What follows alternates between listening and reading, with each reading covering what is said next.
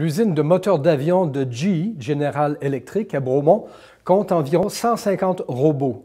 La moitié lui ont été fournis par la société montréalaise AV&R, qui est active en automatisation.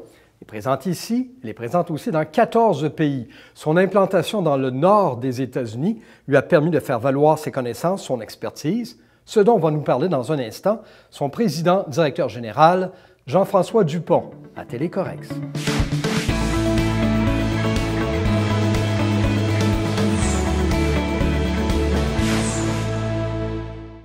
Bonjour et bienvenue à Télécorrex, M. Dupont. Bonjour.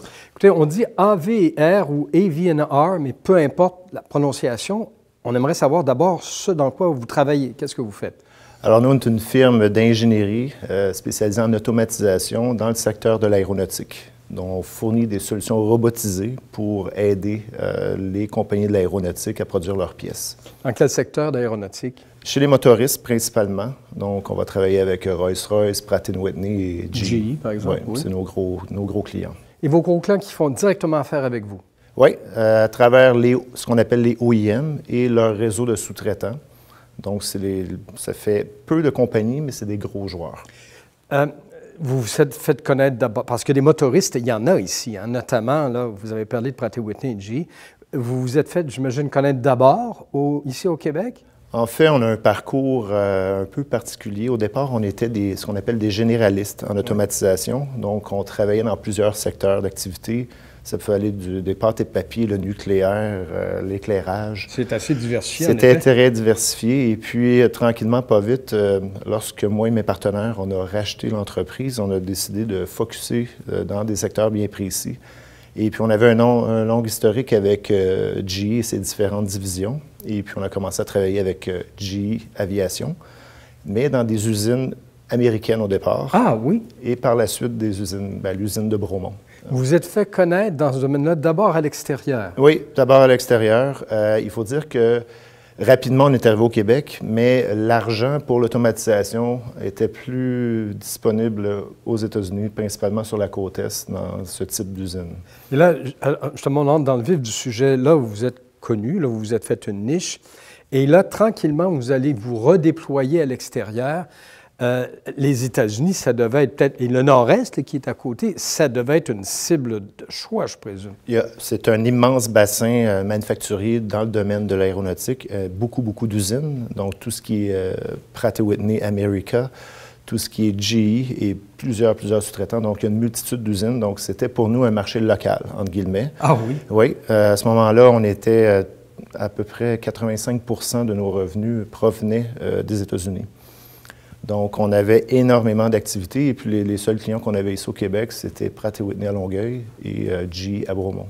Mais il fallait quand même si vous aviez déjà une expérience d'affaires aux États-Unis, il fallait vous implanter dans ces marchés, il fallait vous faire connaître.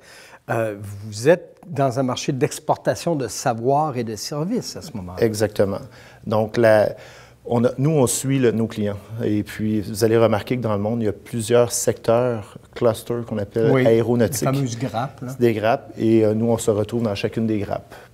Donc, on suit nos clients sans l'aide des OEM de GE, de Pratt et de Rolls-Royce. C'est quoi un OEM? C'est les gens qui vont concevoir le moteur. C'est comme le Ford ou le GM qui va concevoir le moteur et ensuite va distribuer à ses sous-traitants la fabrication de multitudes de pièces et va faire l'assemblage final. Alors donc, vous vous êtes fait connaître, vous vous êtes implanté, là, vous vous êtes fait valoir dans ce secteur-là, mais je comprends que maintenant, vous êtes actif dans une quinzaine de pays. Exactement. Est-ce que ça vous a servi, soit en aéronautique, de rampe de lancement? En fait, le plan stratégique qu'on avait mis en place, c'était d'être reconnu comme étant les meilleurs dans un secteur et d'utiliser cette reconnaissance-là comme ticket d'entrée dans d'autres pays, dans d'autres endroits. On s'est exporté dans plusieurs pays autres que le Canada et les États-Unis, un peu pas par hasard, mais plutôt par nécessité. C'est-à-dire? Quand il y a eu la récession en 2008, on a dû rapidement réajuster notre modèle d'affaires. À ce moment-là, on avait 85 % de nos revenus provenaient des États-Unis et du jour au lendemain, tous les investissements ont cessé. Et on était appelé à fournir des solutions en Europe et en Asie depuis plusieurs années, on cognait à la porte, mais on était tellement occupés sur la côte est qu'on ne voulait pas y aller. C'est un changement de vie pour des entrepreneurs de soudainement commencer à aller exporter ces solutions à travers le monde. Toute l'infrastructure que ça demande pour la compagnie. On a juste à penser les nouvelles normes, les cultures, les contrats, protéger notre propriété intellectuelle. Vous parlez de savoir, il faut le protéger. Les fuseaux horaires et supporter tous ces clients-là. On n'était pas prêt à le faire au départ, mais quand la récession est arrivée, soudainement, on a dit, ben là, on a une chance, on n'a pas le choix. Il faut foncer. Il faut foncer. Donc, en 14 mois, on a complètement changé de modèle d'affaires. On est passé de 85 aux États-Unis à 30 en Europe, 30 en Asie, 30 aux États-Unis, 30 au Canada. Là, vous en avez un peu de trop. Là. Vous avez 4 fois 30 Ça fait 120 Mais on a toujours mis de façon égale. On suit un peu les investissements qui se font à travers le monde. Donc, à chaque année, ça varie. Équilibré. Mais les États-Unis demeurent quand même là, un créneau important?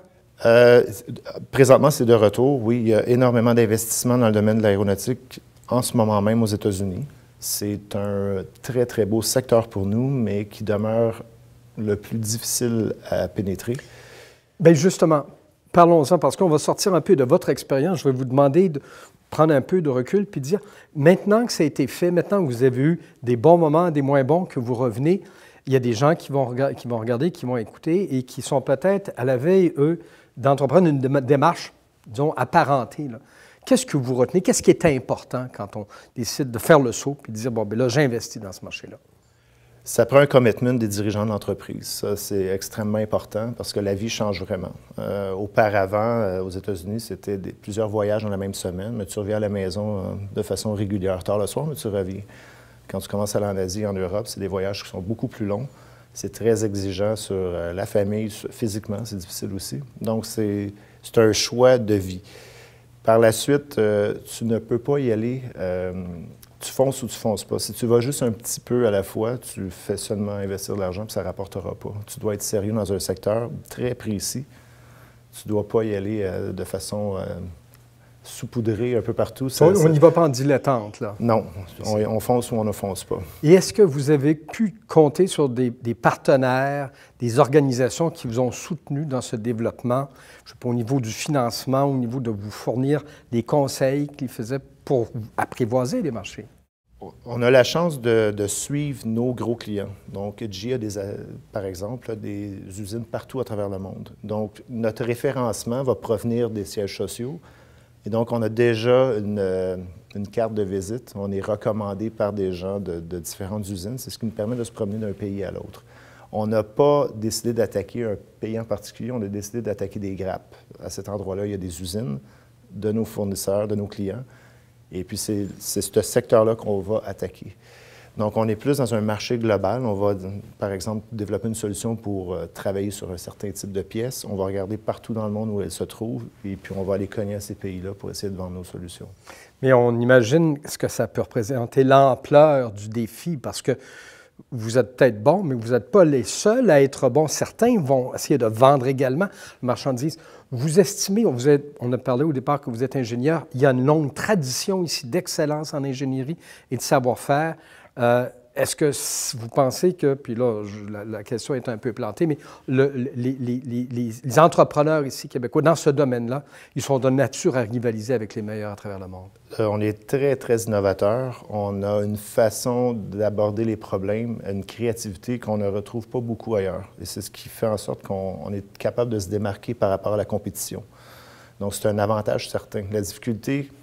C'est typique, je crois, pour les entrepreneurs québécois, c'est qu'une fois qu'on a innové, on semble avoir un peu moins d'intérêt à le commercialiser à travers le monde. Je ne sais pas si c'est parce que c'est le soutien de différents organismes qui ne nous poussent pas à commercialiser énormément. Mais une fois l'innovation passée, on est plus frileux à aller commercialiser nos produits. C'est peut-être aussi en lien avec ce que je vous mentionnais au début, c'est que c'est un changement de vie d'aller commercialiser un peu partout. Le terrain de jeu du Québec est trop petit pour le genre de solution qu'on vend. Nous, on n'a pas le choix d'aller à l'international. Sinon, l'entreprise ne pourrait pas survivre. En tout cas, manifestement, vous avez pris votre envol. Très heureux que vous en ayez parlé avec nous aujourd'hui, M. Dupont. Merci beaucoup.